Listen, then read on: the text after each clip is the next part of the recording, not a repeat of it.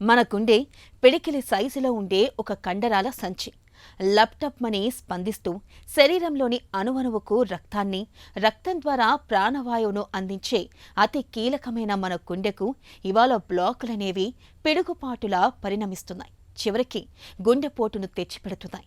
గుండెకు రక్తాన్ని మోసుకెళ్లే రక్తనాళాలు పాక్షికంగా మూసుకుపోయినప్పుడు, స్టెంట్లను పూర్తిగా మూసుకుపోయినప్పుడు బైపాస్ సర్జరీని చేయాల్సి వస్తుంది. కరోనరీ ఆర్టరీ డిసీజ్గా పిలిచే ఈ సమస్య గురించి ఇప్పుడు తెలుసుకుందాం.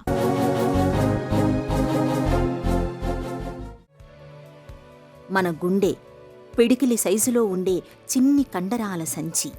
తల్లి గర్భంలో ఉన్నప్పుడే పని మొదలుపెట్టి చివరి శ్వాస వరకు లబ్డబ్మని స్పందిస్తూ శరీరంలోని అణువణువుకు రక్తాన్ని, రక్తం ద్వారా ప్రాణవాయువును, శక్తిని సరఫరా చేసే అతి కీలకమైన అవయవం.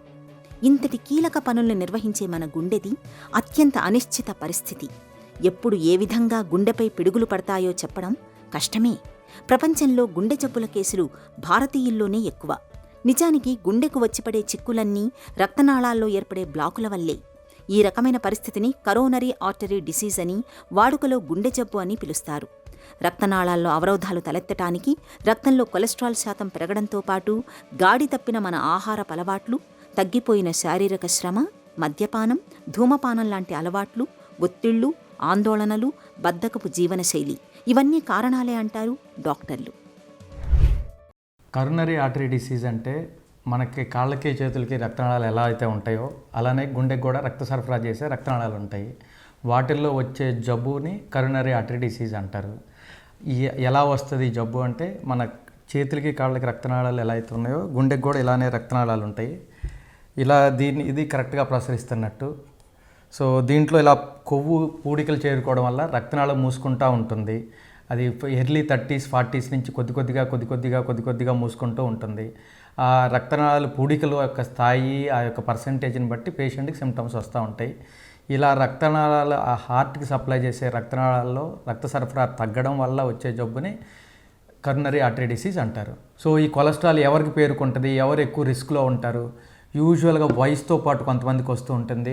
కొంతమంది డయాబెటీస్ ఉండడం వల్ల, uncontrolled diabetes, BP, smoking, alcohol, cholesterol levels ఎక్కువగా ఉండడం వల్ల, కొంతమందికి జెనెటిక్గా వస్తుంది కొలెస్ట్రాల్ ఎక్కువ ఉండడం, కొంతమందికి వయసుతో పాటు వాళ్ళ తినే అలవాట్లను బట్టి కొలెస్ట్రాల్ పేరుకోవడం వల్ల, కొంతమందికి లావుగా ఉండడం వల్ల, కొంతమందికి ఏమీ సెడెంటరీ లైఫ్ స్టైల్, ఏమీ వ్యాయామం చేయకుండా అలా నెమ్మదిగా ఉన్న వాళ్ళకి, కొంతమందికి డిప్రెషన్ వల్ల, సోషల్ యాంగ్జైటీ ఫ్యాక్టర్స్ వల్ల కరోనరీ ఆర్టరీ డిసీజ్ యూజువల్గా చూస్తూ ఉంటాం. 95% of cases. 5% of cases genetic ఉంటాయి. వాళ్ళ ఫ్యామిలీ హిస్టరీలో తొందరగా జబ్బు వస్తుంది, తొందరగా పూడికలు చేర్పడుతున్నాయి, అందరికీ బైపాస్ అవుతుంది, అలా రక్తనాళాలలో కూడా తేడా ఉంటుంది, వాళ్ళకి కరోనరీ ఆర్టరీ డిసీజ్ రావడానికి కూడా ఉంటుంది. బై అండ్ లార్జ్ 95% ఇలాంటి రిస్క్ ఫ్యాక్టర్లు ఉన్న వాళ్ళకే ఈ పూడికలు అనేవి చేరుకుంటూ ఉంటాయి. గుండెకు రక్తాన్ని సరఫరా చేసే ప్రధానమైన 3 రక్తనాళాలు అడ్డంకులతో పూర్తిగా పూడుకుపోయినప్పుడు గుండెకు రక్త సరఫరా సరిగ్గా జరగదు. ఇలాంటప్పుడు కొద్దిపాటి పని చేసినా, ఆహారాన్ని ఎక్కువగా తీసుకున్నా, చివరికి విశ్రాంతి సమయాల్లోనూ గుండెలో నొప్పి, ఆయాసం వచ్చేస్తుంటాయి.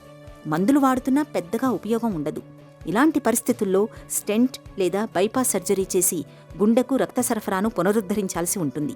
అయితే ఎవరికి స్టెంట్ వెయ్యాలి, ఎవరికి బైపాస్ అవసరం అన్నది రక్తనాళాల్లో బ్లాకుల తీవ్రత, అవి ఏర్పడిన చోటుపై ఆధారపడి ఉంటుంది. బ్లాకు తీవ్రత తక్కువగా ఉన్నప్పుడు చాలా వరకు స్టెంట్ వేస్తుంటారు. వయసు ఎక్కువగా ఉండి గంటల తరబడి ఎనస్థీషియాను తట్టుకోలేని వారికి తప్పనిసరిగా బైపాస్ చేస్తుంటారు.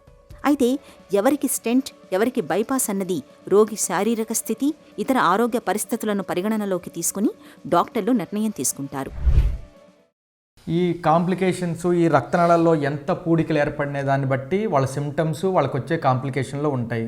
సో ఈ బాగా ఎక్కువ చేరుకున్నప్పుడు ఏంటంటే గుండెకి తగినంత సరఫరా వెళ్ళదు.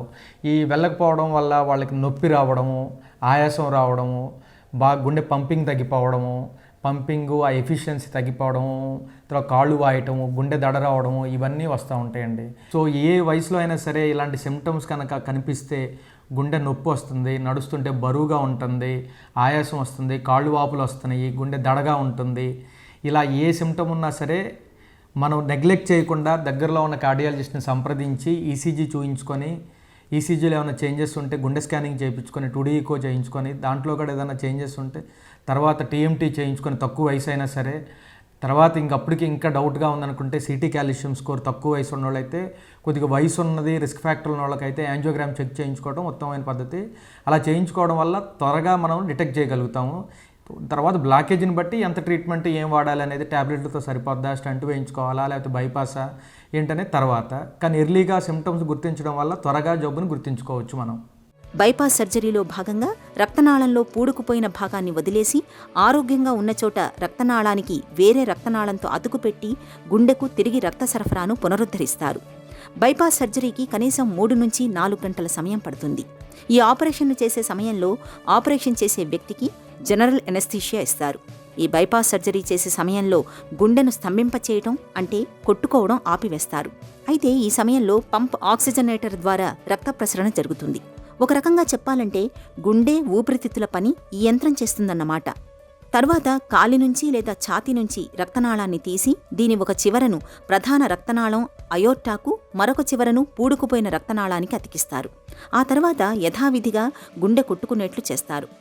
ఇటీవలి కాలంలో హార్ట్ లంగ్ మెషిన్ అవసరం లేకుండానే బీటింగ్ హార్ట్ అంటే గుండె పనిచేస్తుండగానే బైపాస్ సర్జరీ చేస్తున్నారు.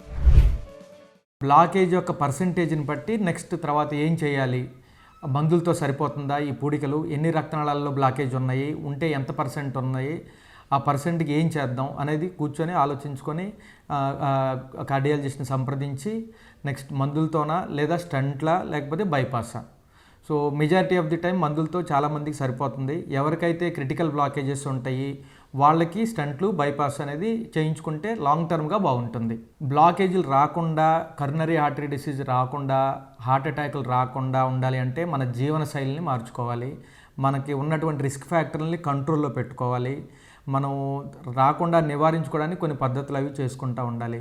బీపీ ఉంటే బీపీ కంట్రోల్ చేసుకోవడం, షుగర్ ఉంటే షుగర్ కంట్రోల్ చేసుకోవడం, కొలెస్ట్రాల్ ఉంటే కొలెస్ట్రాల్ కంట్రోల్ చేసుకోవడం, స్మోకింగ్, ఆల్కహాల్ కంప్లీట్గా మానేసి వ్యాయామం చేస్తా, మంచి ఆహారపు అలవాట్లు తీసుకుంటా ఉండి రెగ్యులర్గా చెకప్స్కి వెళ్తా 6 మంత్స్కి ఒకసారి లేకపోతే ఇయర్లీ ఒకసారి.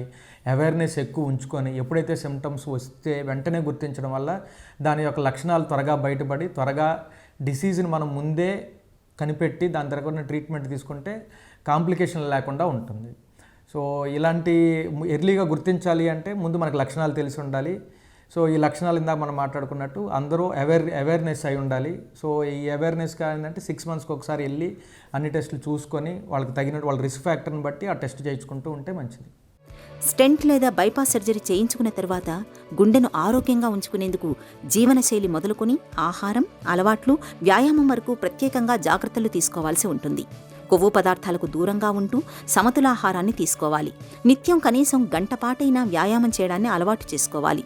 నడి వయసులోకి వచ్చాక తరచూ బీపీ, కొలెస్ట్రాల్, షుగర్ పరీక్షల్ని చేయించుకుంటూ ఉండాలి. ఇప్పటికే హై బీపీ, షుగర్ ఉన్నట్లయితే క్రమం తప్పకుండా మందులు వాడుతూ చక్కగా అదుపులో ఉంచుకోవాలి.